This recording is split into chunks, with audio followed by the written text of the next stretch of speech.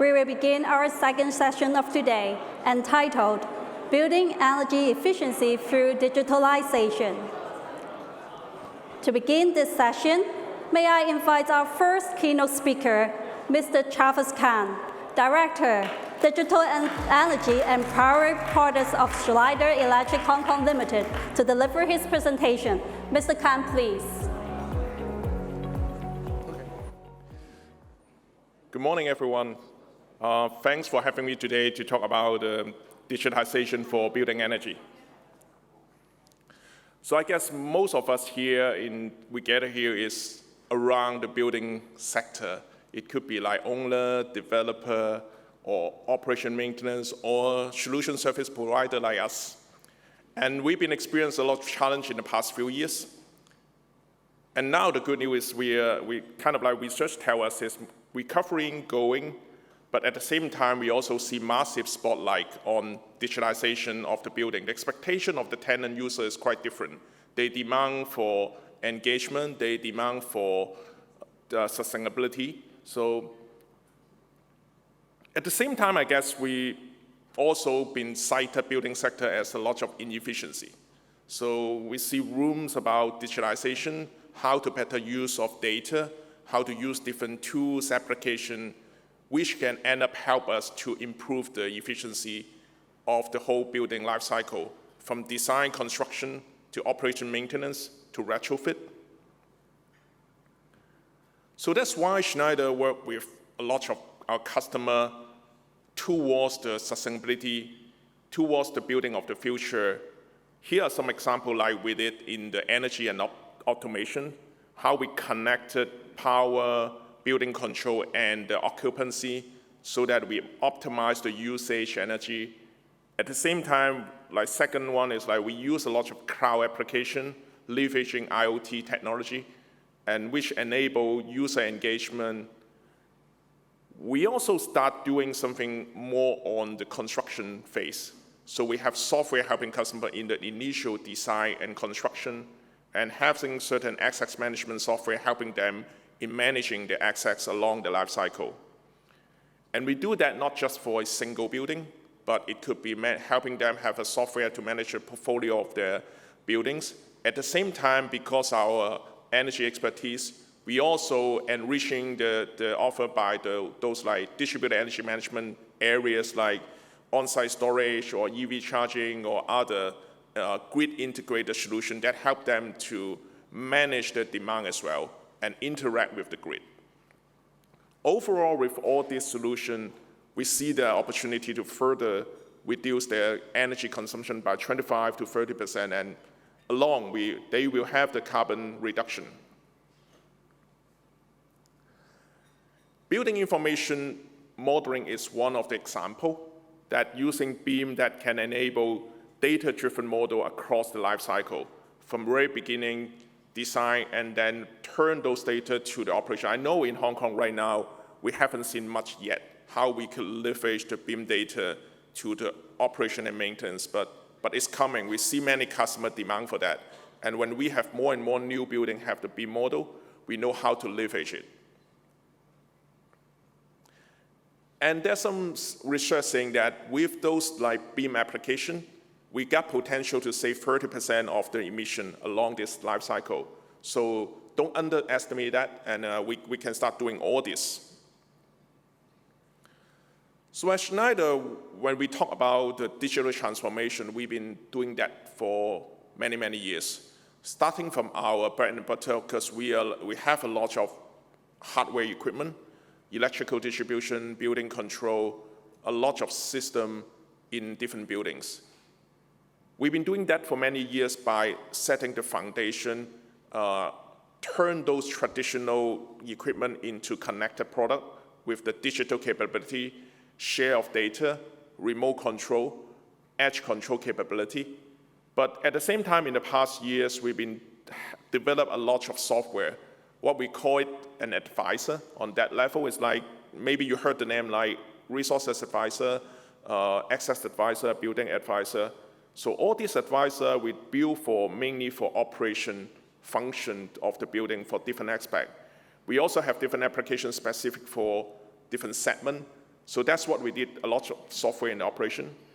And over the past 2-3 years, we actually have a lot of partnership with leading company, software company that have complementary function features to our development so that we can provide a more comprehensive offer to throughout the whole life cycle of the building, from really initial design stage, electrical design, building design simulation, to the build stage, how they use BIM in the construction, optimizing the construction phase, and also like to the operation maintenance for the digitize your access management. The first thing I will introduce is our RIB offer. So it's a BIM-based software for construction management. We call it 6D because it's not just 3D, but it manages also time, cost, and sustainability. So the beauty for this is like you have initial, put all the data in, and then you can start optimize your design by simulation.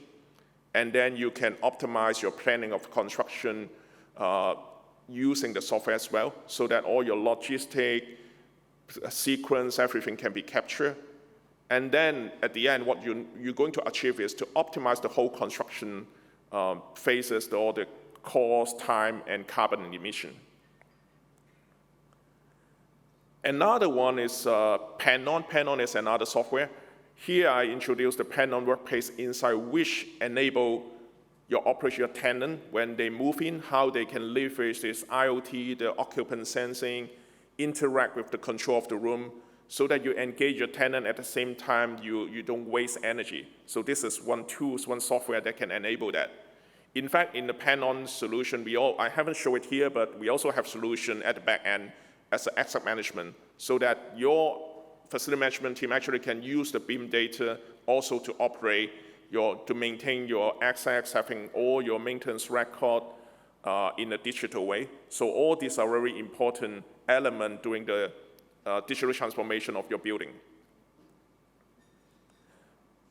EcoStruxure Building Advisor is another very famous tools we have, leveraging the artificial intelligence, utilizing the data of the building from the BMS, from your meter, especially on your HVAC system, that it can analyze to tell you how to optimize your energy by better operation.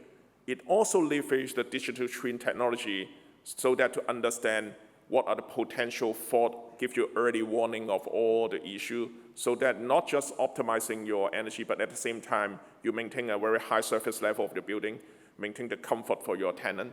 So this is what the building advisor could do.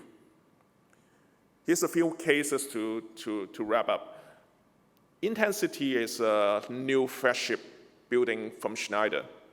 So it is located in Grenoble in France. So you can see from the slide, it's 100% electric, 100% digital design. So at the end, the achievement is not just 100% energy autonomous. It utilizes a lot of we have solar panel, we have some on-site wind, we have battery storage. So balancing all this distributed energy storage to achieve this energy autonomous. And by using also the AI and also the engaging usage of the tenant, we actually achieve 5 times less CO2 emission when compared to a lot of average building in Europe. So that's how good the building is operating. I also bring 2 local case. Swire Property is one of our customers. Apart from like what Mark previously mentioned with Swire, they're using the resource advisor. We also have a lot of things put in Swire, from the base layer, all the connected devices, to a lot of the control layer, and on top on those advisor like the energy advisor, power advisor that I mentioned before. We connected 21 buildings, not just in Hong Kong, but also in mainland China, and collect like thousands of data points. With all this, basically, we build a cloud-based smart energy management platform for Swire Property at the end to enable them to save like 10 to 20% energy. Hongkong Property is another customer, also headquartered in Hong Kong, but they have diverse portfolio of world-class property in Hong Kong and mainland cities. So they're also using our resource advisor to manage like over 30 locations. It's not just about energy, but we help them with that centralized cloud-based platform. They manage the ESG and greenhouse gas data. So to support them to go along their roadmap to reduce their overall greenhouse gas emissions. I would say we've been working with a lot of different customers around the world for different segments.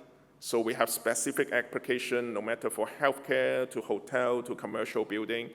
We understand our customer, what their specific needs. But at the same time, we're also enriching our software application, partner with like software company.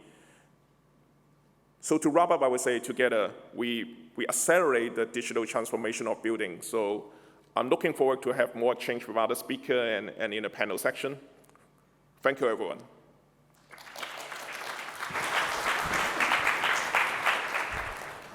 Thank you, Mr. Khan, for your sharing. Please be seated. Now, may I invite Mr. K.O. Wong, Deputy Director, Business Sales of CLP Power Hong Kong Limited, to give us a keynote presentation. Mr. Wong, please.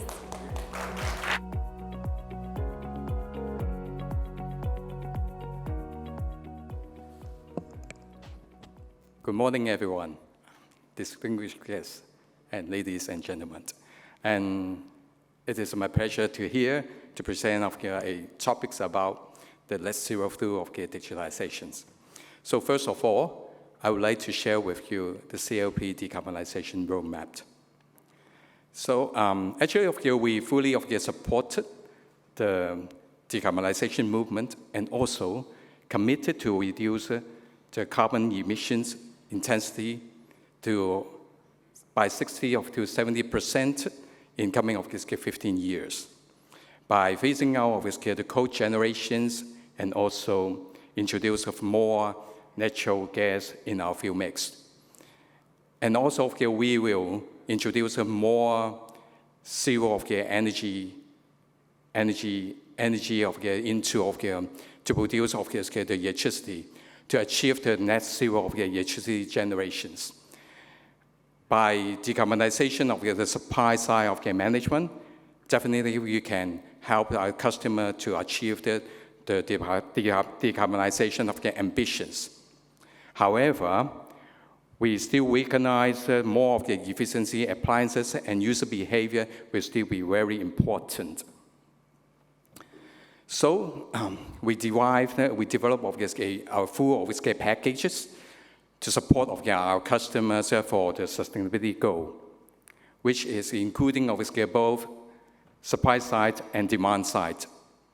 So here I would like to share some of them which is related to today's topics. So let me talk about the carbon emissions in Hong Kong. Actually, power generations accounts for 60% of the carbon emissions in Hong Kong, and also 90% of them for the electricity consumption related to buildings. So we definitely believe that to improve the building efficiency can help the customer to reduce the carbon emissions and also to reduce the fossil fuel consumption as well. To this end, so CLP can provide free energy audit to our customer to identify the energy opportunities. And in between, and the customer can formulate improvement plans, and they can also apply for the subsidies under our building energy fund, so that can shorten the payback and also expedite the works. When customer would like to buy a high efficiency of the equipment, they can also supported by our another funding is called EEUS. Actually, all these programs can support our customers to achieve the building of the energy savings targets under the climate action plan. So here, I would like to share with you what we have been done for our customers. For the residential customers, we progressively roll out smart meters to all our customers since 2018. Actually, obviously, this allowed our customer to assess their energy consumption and understand obviously the behaviors. With these tools, the customer obviously can also easily obviously to review the consumption and set a consumption alert, so they obviously can identify some of its energy savings from their own. And also, the app so we can also provide some of their energy savings tips to help the customer of how to save the energies. So for the commercial customers, we offer the Smart Energy All Night, which is a energy performance platform. So this is one is to enable our customer to how to analyze the energies they're using. And also systematically chat what they are using, and also how they can save the energies. With the feature of the SEO, the customer can have some of their business insights to increase the efficiency of the operation of their own systems. So there are still many other platforms which can enable customers to save energies, but also to optimize their operations. Usually, this system can come with AI control, and such AI controls can automatically generate energy savings opportunities, and also to reduce the wastage for the operations. So last I would like to share with you one of the case studies, which is a partnership with Hong Kong International Airport. And similar to the commercial sectors, and air conditioning take up a significant energy consumptions for airport. And Hong Kong International Airport and the Airport Authority AA, they would like to see any smart and innovative solutions to optimize the efficiency of the systems.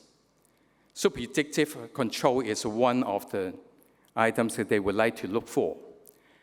At the end, CLP and AA and HKO, the Hong Kong Authority, partners each other to making use of big data solutions through analysis the existing weather conditions, energy consumptions of the airport, and also some of flight schedules. So that they can develop a cooling predictive models. So that can regulate precise amount of cooling required to achieve the thermal comfort without wasting of the energies. And key factors are identified to formulate predictive models, and resulting a total of 40 equations with increased predictive accuracy over 90%. And eventually, the predictive models was developed as a just-in-time operations, which is highly accurate to fit the actual demand by reducing the overshoot of the chillers and reducing overcool of the space, and also reduce the delay time for staging out of the chillers. Sorry, this is quite technical one. and eventually, overall, the model help the customer to save around 7% of the total energy cost of the chillers. And this project also has been awarded by a Project of the Year for the Asia Pacific Wind regions by the AA Association of the Energy of engineers, the AEE. And actually, okay, this collaboration is one of the good examples that's showing, obviously, the industry to apply, obviously, innovative solutions to encourage carbon reductions. So CLP as a utility companies to co-create innovative solutions to helping our customers to achieve the decarbonization goal. So this is the end of my presentation. Thank you.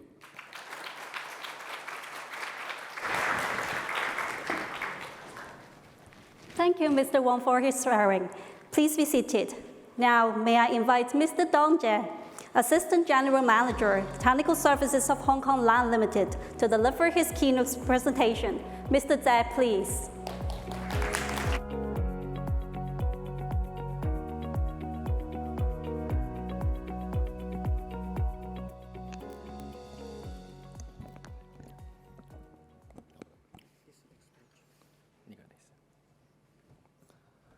Good morning, everybody. It's my great honor to be here to share with you today. The topic today is how digitalization can drive net zero. So in the following 10 minutes, I will briefly tell you who we are and why we have to do the digitalization, followed by a simple roadmap and what have we done and what are we doing. So Hong Kong Land is a property developer focusing on high-end properties across Southeast Asia and Greater China. We own and manage over 850,000 square meters of prime office and luxury retails. So in Hong Kong, we have 12 buildings in Central, so including the Exchange Square where the Hong Kong Stock Exchange is located, and the Landmark, which is very famous for the luxury brands and the festive decorations. We also have a Princess Building, which is now entering the 58 years old. But when you look at the appearance of all our buildings, it looks very young, but actually they are not.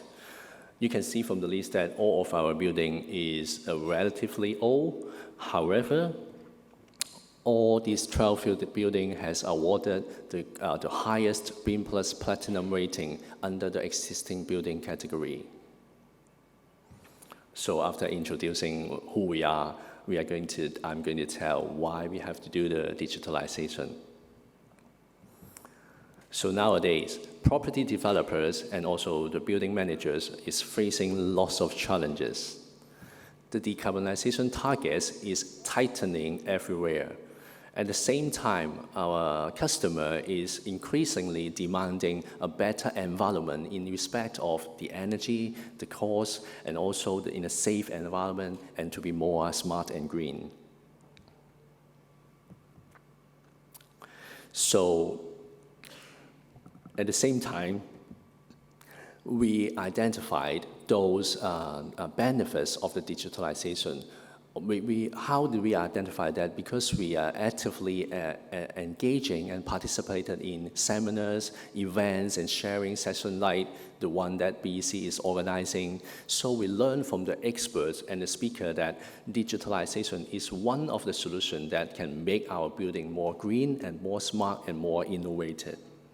So for example, traditionally, we do the routine inspection for our buildings through the checklist. We check the box to see if our equipment is in order or not.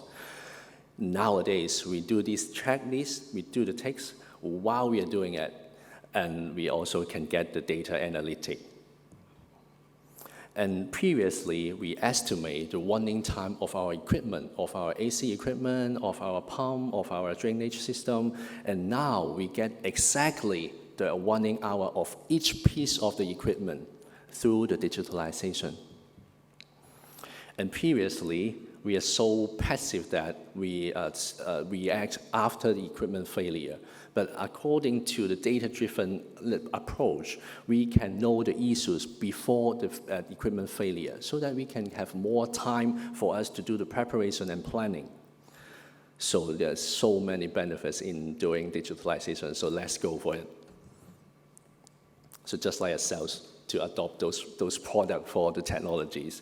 So I believe that not all of you is come from engineering fields or in the building sectors, but I would like to show you that a simple roadmap for us, a building developer or a building manager, how we do the digitalization. This is very simple.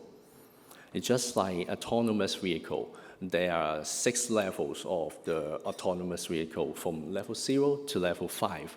Level 0 is just like what you're doing. You drive by yourself. But when you reach level 5, you can enjoy the automation of the autonomous vehicle. So digitalization is just as similar as this kind of concept. So for level 0, I'm not going to talk about it. This is a traditional one. So when you start to collect the data, when you start monitoring your data, you are in the level 1. And then once you get those data, you make use of this data to control your system, to control different equipment of your building. You are advanced to level 2. Once you get analytic and learning, then you approach level 3 and 4. And the final destination of us is to go for automation, and someone has to do the decision making for you. So where are we now? And maybe you are still also the developers or building manager. Where are you now? So we can explore it together. So before that, I would like to tell that digitalization is not just paperless. So when you say that I scan all the checklists and to the PDF format and save in my hard disk, is it digitalization? No, it isn't. It doesn't. So digitalization is to convert the information into a digital format that all those data the computer can read. So take an example. We have 700 solar panels in our buildings. When we do the digital visualization, we can enjoy a chart like this so that we can know the latest data, we can know the historical data, and from this chart, you can easily identify something happened in November last year. So the power generation is much less than before. So what is the issue? So we can further drill into the details, we can further drill into different parts of the data we get. So actually, when we do data visualization, we are actually doing the health check of our system. So this is level 1. So an advanced level of digitalization is using BIM model to act as a digital twin for us to do the building operation. By those 3D images and interactive display, our building staff can easily understand what the building is doing, what we are doing, how we operate the building. Together with the alert message that can pop up and generate from these visualization platform, we can know, for example, the high-level water alarm, the system fault. We can easily find people to go to check and follow up. And if we can incorporate the push message to issue the work order for our technician to go, this is the way forward that we are doing. So we now move to level 2. We do the monitoring. After we get all the data, after we get all the fault issues and all the abnormal data, we have to look into it. But you have to do the control. If you have no ability to do the control to the system, then it makes no use. You have to do the control remotely. You are not going to do the control on site because there are different equipment, more than 10,000 equipment in a building. Most of the equipment is located inside the tenant premises. You can't have the opportunity to go to each equipment to do that. So you have to do it remotely, maybe in your control center, maybe online. So by making use of the convenience of the remote control and also the data we get, we do the optimization for our ASI equipment so that we do the temperature set point reset. We are taking care of the carbon dioxide concentration and see how we operate our fresh air fan. During this ASI optimization, we can enjoy a 10% energy saving in Exchange Square. Also, when I can tell you one more example to demonstrate the beauty of remote control. For example, we have a lower-end sensor, vibration sensor in our fan. If this sensor gives you an alert of a severe vibration, it may generate noise disturbance to your tenants. So what are we going to do? We have to online log into the program and manually override it and stop the fan from generating those noise. So this is pretty cool, right? But this is not the main dish. The beauty of this level 2 is far more than that. It's the communication between the system. If we can make the lower system and our building management system communicate, then the whole process will be in an automation manner. So it is a kind of automation. If you can do that, if you can reach level 2, you do some automation already. So we extend these control from building managers to the tenants. We give the control to them. Our tenants can now use their mobile app to control their thermal comfort by this app called Comfy.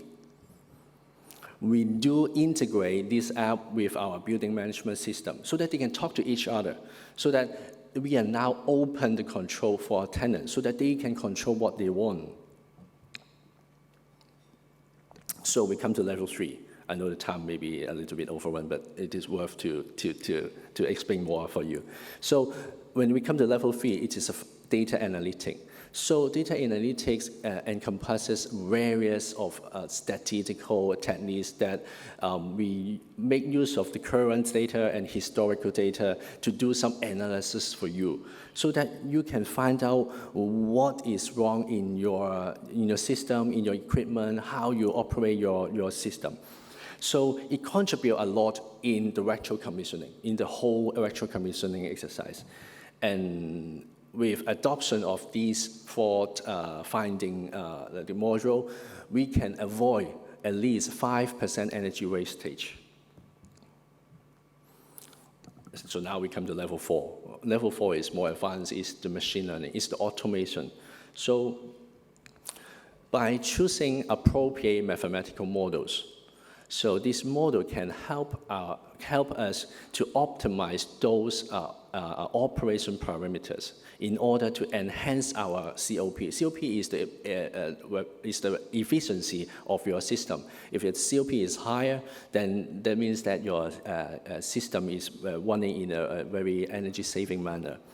So by only adopt this machine learning program, we already achieve a 10% energy saving. So this is the beauty of the automation. So we go to the final destination, is the level 5. Level 5 is the automation and decision making. So we are working on that. It's called Control Tower. It will be one of the very pioneer project in the commercial real estate sector in Hong Kong. This control tower pulls the data from all different systems to form a data lake. And this data lake can do the centralized data management. So when we get all the data, we target to further explore the AI, machine learning, and big data analysis to see how the building can run in a more efficient manner and a higher energy performance. We also plan to incorporate ESG into this control tower. So in the future, when we're doing the ESG reporting, it will be a kind of automation is already formed. So you may see that from level 1 to level 5, we can have many, many benefits from the digitalization. So let's go for it. However, digitalization is not the only elements that we go for net zero. It is only one of those elements. And therefore, we need to work together. For example, just like Schneider, we need to work with the solution provider to provide us some latest technology for us to implement. For example, we need CLP to provide us some expertise advice on how and what to implement. And also, we need to work hand in hand with government and financial sector to fertilize an ecosystem by continuous collaborations. So for us, the property developer and building managers, maybe some of you are also in this field, we need to continue the dialogue to make this digitalization and net zero continuous effort for all. And then we wish everyone can take part in it and participate in this very meaningful exercise. So this is the end of my presentation. So thank you very much for having Hong Kong Land in this meaningful event. Thank you, Mr. Zhek. Please remain on stage for the panel discussion later. And similar to the previous session, online participants are welcome to use the Q&A box if you have any questions for our speakers. And for audience in the room, please raise your hand and we will pass you the mic. Now, we are pleased to have Dr. Raymond Yao, Chair of BEC Sustainable Living Environment Advisory Group and General Manager, Technical Services and Sustainable Development of Swire Properties Limited to moderate the discussion. Please also welcome our panelists, Mr. Travis Khan, Mr. K.O. Wong, Mr. Don Jia, Engineer Wallace Learn, and Ms. Carmen Zhang on stage for the panel discussion. I will now pass the time to you, Dr. Yao, please. Please be seated. Yeah.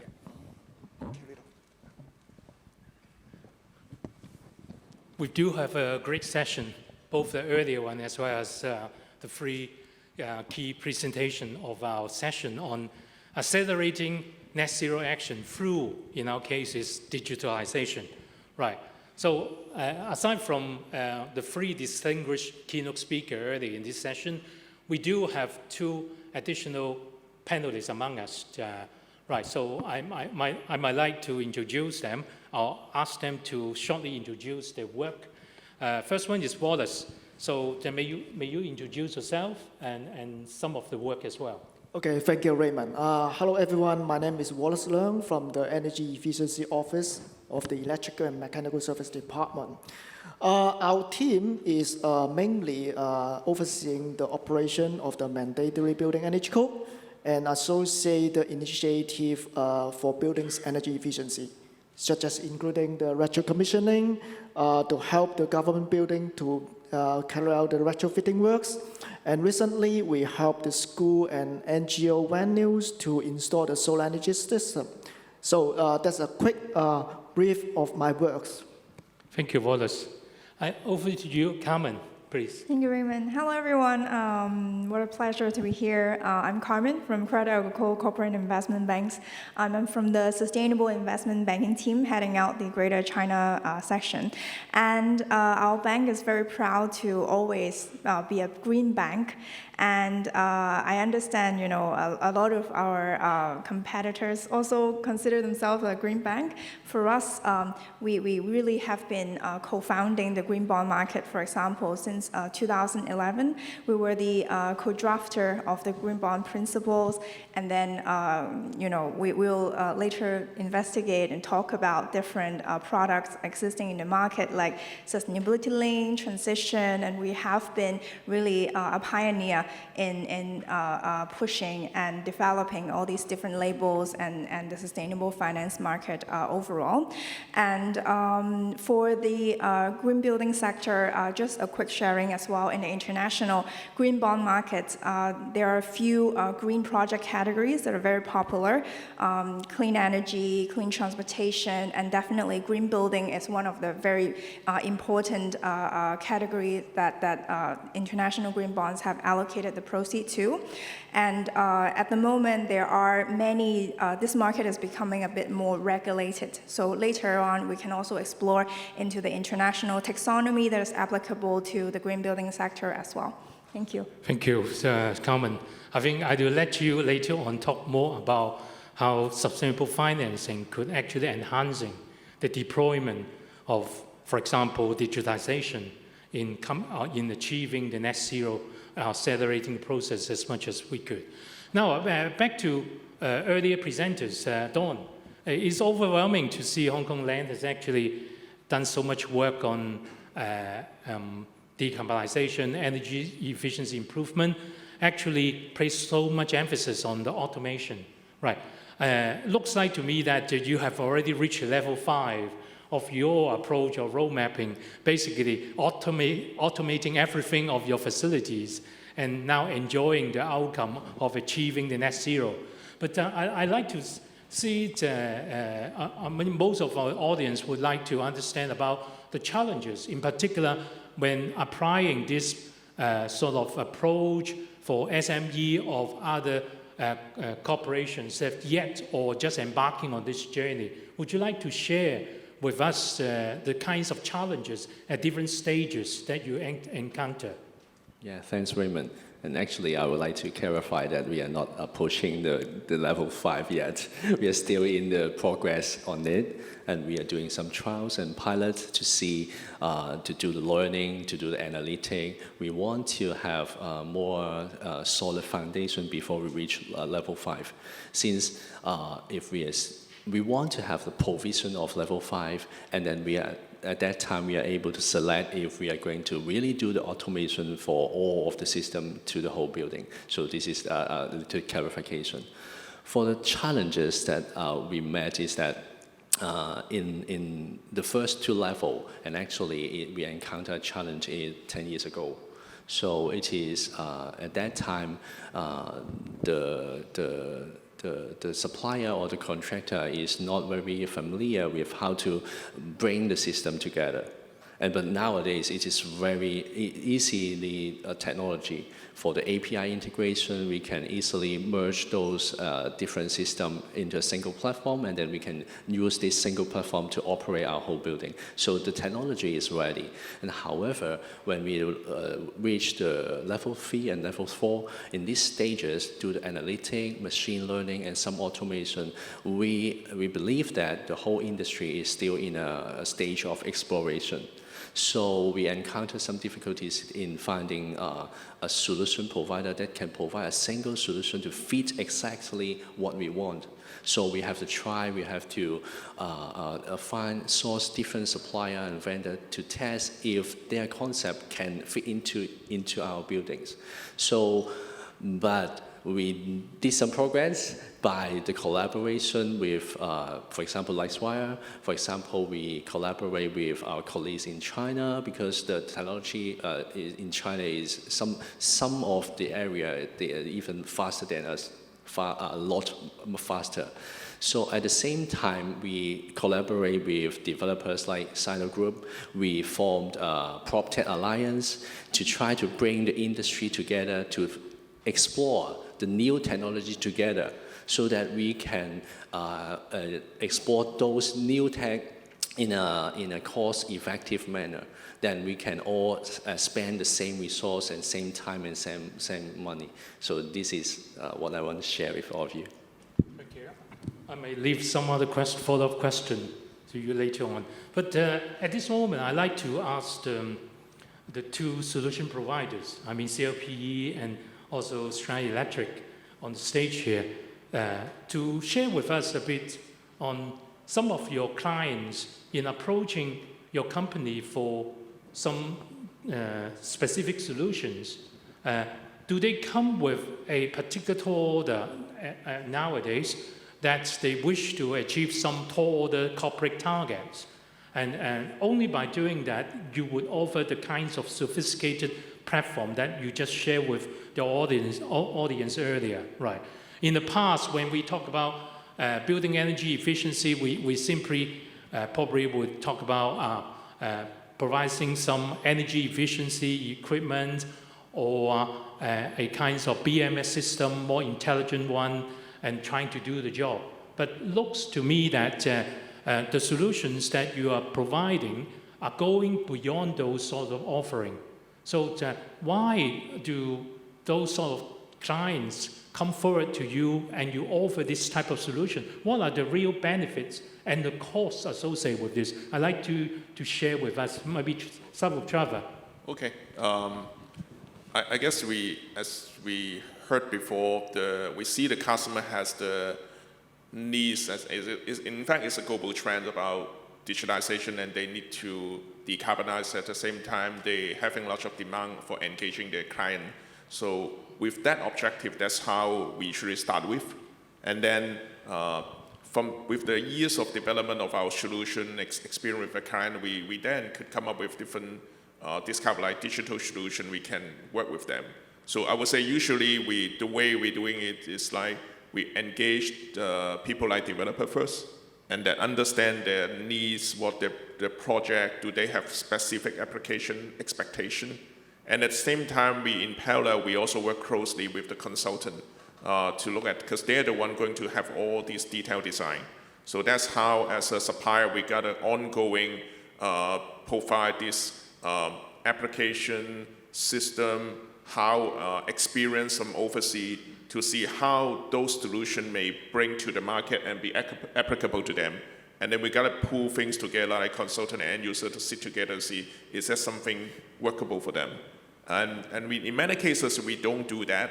It will end up as a building design with very traditional. It's just a circuit breaker, it's just certain meter, very basic control. But we got to tell them what could be done better, what are the best practice elsewhere.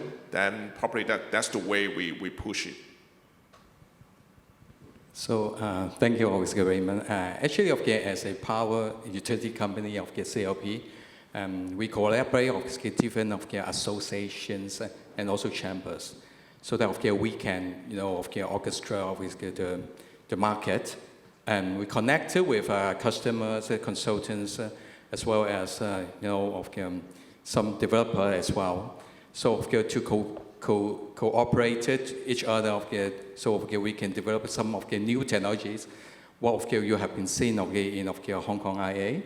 So right now, we also further develop new technology applied in commercial buildings, so that the industry can benefit. Actually, I'm not the solution provider, but and as a utility company, we can collaborate all different parties, so that to absorb more energy efficiency products from the supplier, from the vendors.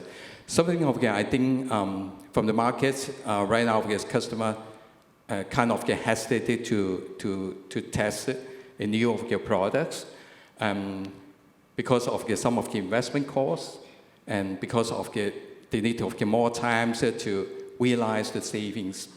So as a CLP, I think we can provide some of the support for the investment costs through our eco-beam funds, and also of EUS, so that they can shorten the payback period.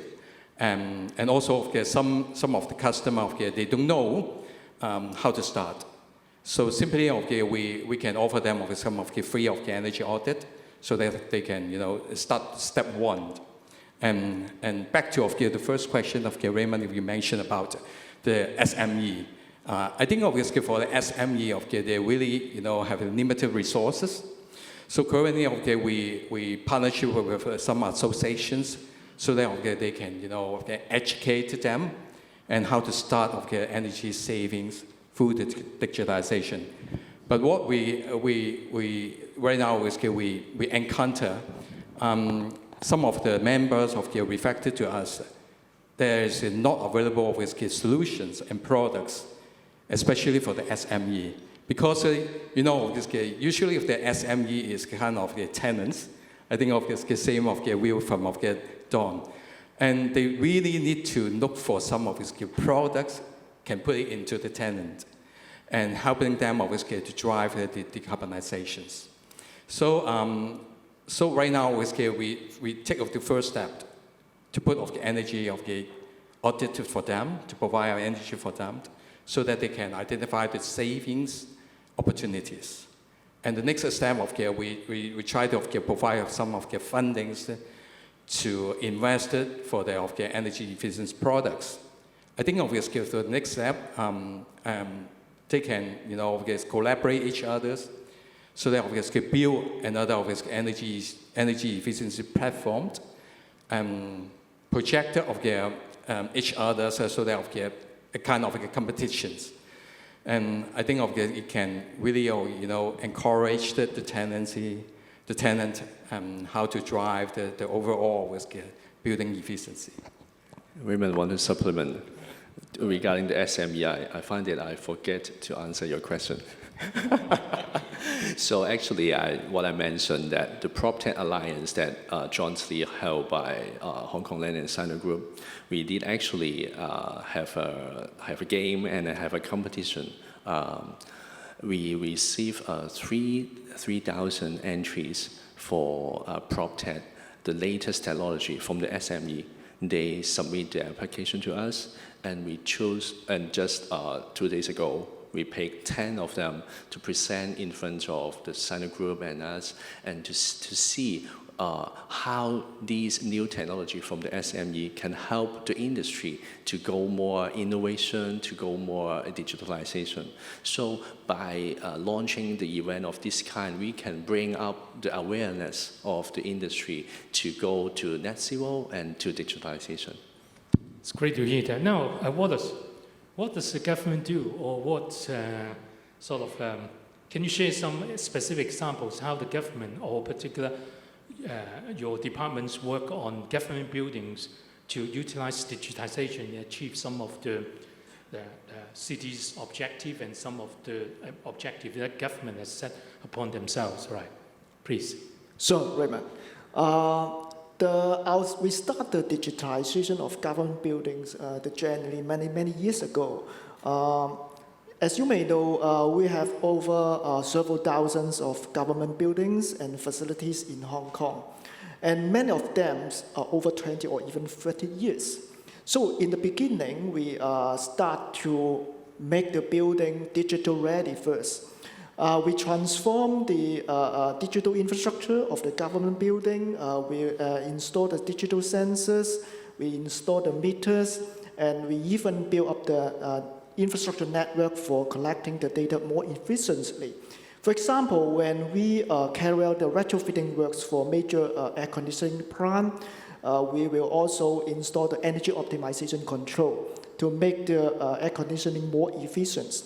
But for some older buildings with technical constraints, we apply the wireless Internet of Things technology to help for energy saving. For example, we even use the IoT sensor to carry out some energy audit works or retro-commissioning works. For example, we use the IoT sensor, the lux meters, to detect which room or which zones the lighting is still switching on at the night time. And we use the thermal imaging to make the heat map at the night time to detect who forget to switch off the air conditioner at the night time. And in the next morning, they table the report to the building manager to make the staff more aware on the energy saving opportunities. And also, because of the use of IoT technology, the government is also start to build the government-wide Internet of Things networks. We call it GWIN recent years, so that we can make the data collection in a more efficient way. Up to now, we install over about 400 IoT gateway in the Hong Kong. And also, we start to utilize the building information technology, BIM, to help for the asset management. We create some BIM-AM standards and guidelines to standardize the coding, the schema of the building E&M data, so that we can easily to identify, to make some, to find out some energy management opportunity across the building. Also, recently, we start to apply the artificial intelligence technology to help for building energy saving. We have some pilot project in some government buildings. We use the AI technology to help to predict the cooling load, and also to identify the most suitable combination of the plant, so that to maximize the efficiency, to optimize the energy consumption. Our experience realized that the cooling load prediction can achieve about over 95% of the accuracy. And with the help of the energy optimization control, we can have the energy saving for the air conditioning plant for about 10 to 15%. In the past, I think it is almost impracticable to make this data analytic because they are involve many variables, many parameters, and even the nonlinear characteristic of many E&M equipment involved. So, but now we, with the help of machine learning and the technology, we can do this in a more convenient way. But of course, it is not a straightforward process. We need many preparation work because we need to carry out some data cleansing before we carry out the data analytics. We need to select the most suitable AI algorithm, and we need to make the balance between the model accuracy and the robustness.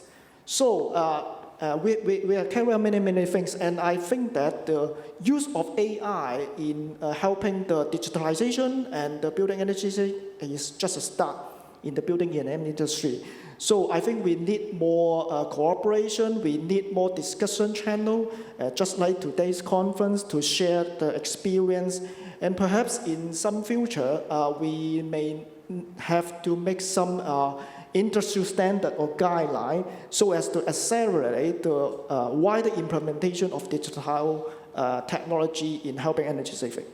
It's great that the government playing an active role in accelerating this process. And apparently, all the speakers here, possibly including myself, all agree to the very fact that in accelerating the decarbonization, we have to make good use of the digitalization as a tool, as a means to help us to achieve the ultimate objective, right? That no dispute about that. Seeing the private sector like Hong Kong Land, and even my corporate, Swire also investing a lot on these improvements.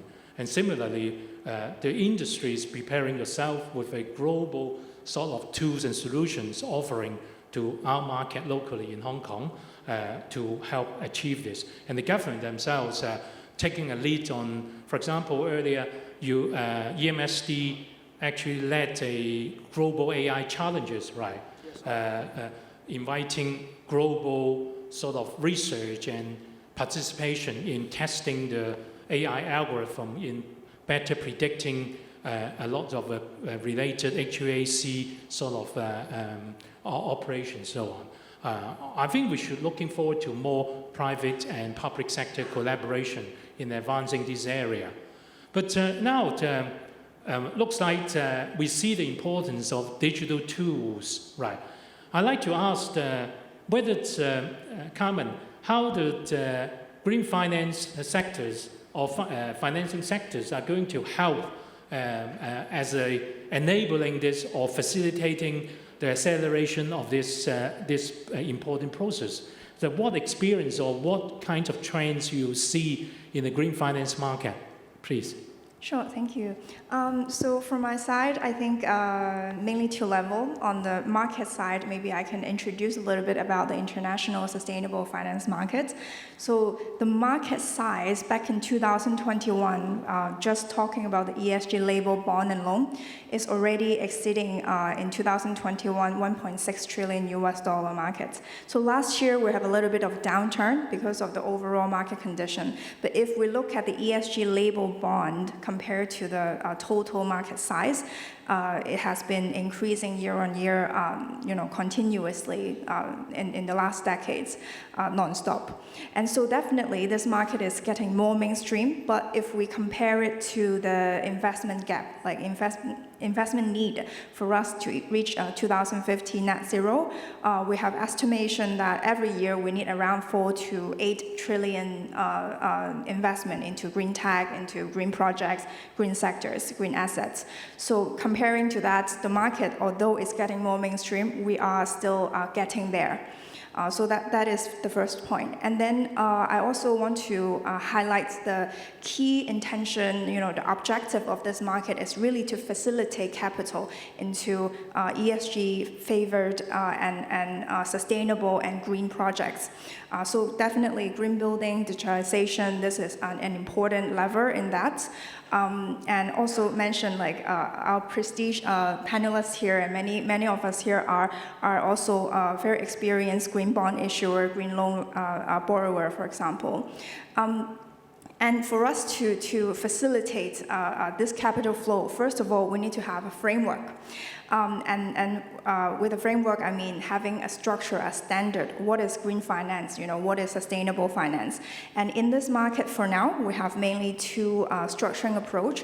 One is the dedicated user proceeds, i.e. the green loan, the green bonds, where issuers raise the proceed and they will use it to finance project that is aligned with the international green standard. And for that, we can open up another whole new session to discuss international taxonomy. For example, in the EU, now these days, they have launched the EU taxonomy for the EU labeled green bond, for example. In the future, they will need to use those green bonds to finance the EU taxonomy aligned project. For the building sector, all the new construction would need to be nearly net zero energy building. And also there are some like retrofit or optimization of energy management system. All these would be considered as aligned with the EU taxonomy. And additionally, I'd also want to highlight, because the digitalization of building tech, sometimes it can get very technical. So according to the EU taxonomy, the provision of the consultation to improve optimization for the objective of optimizing energy performance of a building, this will also be considered as an eligible green activity under the green finance taxonomy. So this is the first approach, and for the bond market, this maintains to be the mainstream. More than 90% of the global bond these days are aligned with adopting to this UOP approach. And the other approach that I'd like to introduce is the sustainability-linked instrument. So many of our clients here have maybe heard of the sustainability-linked loan. Basically, this allows the borrower to have more flexibility in using their proceeds. There's no dedicated user proceed, but the issuer or the borrower will need to set ESG KPI at their corporate level. It could be for the building sector, scope 1, 2, 3 emission intensity, energy performance of the building. For data center, for example, the operating a PUE level, these can all be considered as a core KPI.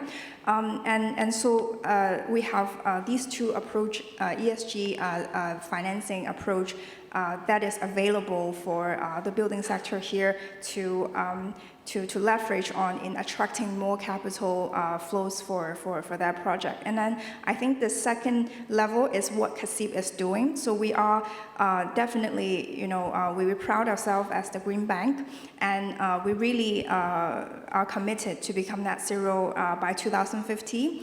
And to do that, we wanted to systematically tilt towards tilt our loan portfolios towards the green sector and green project. To do that, we are one of the first banks globally to implement the so-called internal liquidity discount. So for a loan, if it's meeting with our internal taxonomy, our definition of what is green, then this loan internally will enjoy a better funding cost. And this could be, carried on for our clients, and therefore hopefully lowering the funding costs for our green projects. And we're seeing many other banks internationally are committing to such a system as well, because many of us are committed to become net zero in the 2050. So I think both for the global sustainable finance market and for CACIB, we are, really doing a lot. And of course, there's a lot more to be done as well. Ideally, in this market, we want to be able to provide differentiated pricing for our clients for projects that are clearly have environmental benefits. Great, it's great to hear that. I think a few takeaways. It is getting clearer how, particularly after the issuance, the finalization of the European or EU taxonomy on qualification of green bond or green financing.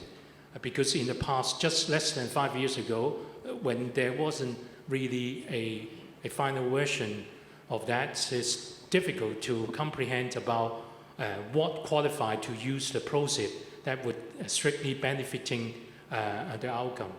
And now, with what you just highlighted, using the process for example, energy management system or digitalizations would qualify for that. I think it's good to hear that because it wasn't the case in the past, right? Similarly, you just highlighted for sustainability linked loan, there's a sort of criteria directly relating to energy performances. That's getting clearer now. So for those who are investing on digital tools or platforms in an extensive way in accelerating the corporate's decarbonization, now you can access the green financing channel as clearly set out or shared by Carmen earlier. So I'm glad to see this is much more clear and transparent, this market, and hopefully company and SME can actually capitalize this availability of the sourcing in enhancing it. So now I shall move to the question either from the floor or online. I do have a question online. Maybe I try that one first. As question says, as we accelerate digitalization effort, we are also increasing the embedded environmental footprints associated with the tremendous energy and cooling water used by ICT infrastructure, as well as the related electronic hardware footprints from millings and manufacturing, transportation, so on, with short life cycle.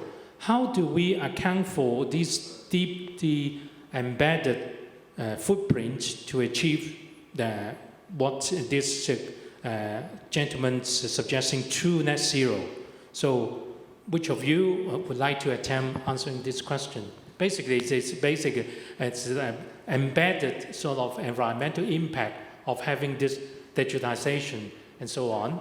Do we account for this at present in the journey, and how shall we deal with it? Any thoughts go into this? Maybe Raymond, I try to, I will look at that. I think traditional, there's a lot of like edge computing, on-premises type of system. In fact, when you use all these, you still consume quite a lot of energy and carbon. So the trend is having a lot of application on the cloud is more efficient in that scale of data center. So as a whole, you may see, data center use a lot of energy. But if you look at collectively what's more effective, cost-effective, and no carbon, I would say that cloud is one way to tackle that. And other area I can think of is like we use a lot of IoT devices. People may question about, will that be consuming a lot of electricity or communication network? I would say a lot of the technology that we develop is basically very low energy consumption. Usually we design that as low as much possible so that a lot of the IoT device actually they could be battery power, can be operated for like 5-7 years time. The way that we design is to make sure even for sensing, for communication, it designed to be just enough so that all the sampling frequency, all the communication, all those bytes that they send out to be just enough so that it saves the energy. And also for us, the primary design is not for low carbon, but we want to be low energy consumption so that the battery live longer. So I think these are the areas that we try to reduce the carbon footprint of all these like digital solutions. Great, yeah. I just want to ask whether there are questions from the floor. Yes, Merlin. Maybe the question on financing, right? Today we talk about building energy efficiency or green building, channeling the financing there. Carmen mentioned about the use of proceeds, sustainability linked loan. From your daily operation, how do you see actually your challenges are facing when you try to see more of this finance channeling into the green building market? What's the actual challenge in Hong Kong on that right now?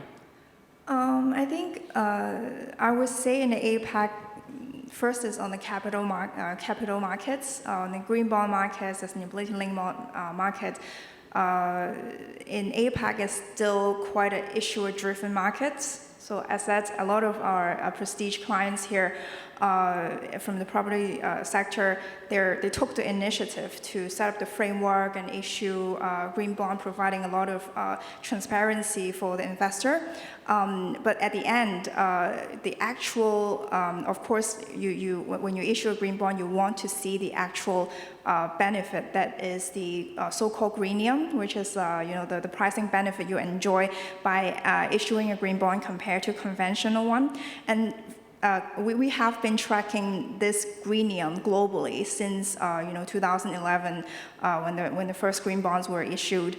And so far in the APAC market, we can say definitely issuing a green bond can provide a lot of benefits, soft benefits for the issuer in the communication value, in diversifying investor base, especially in the EU, the investor base where they are by regulation, they need to transition their portfolio to become greener and more sustainable company and investments.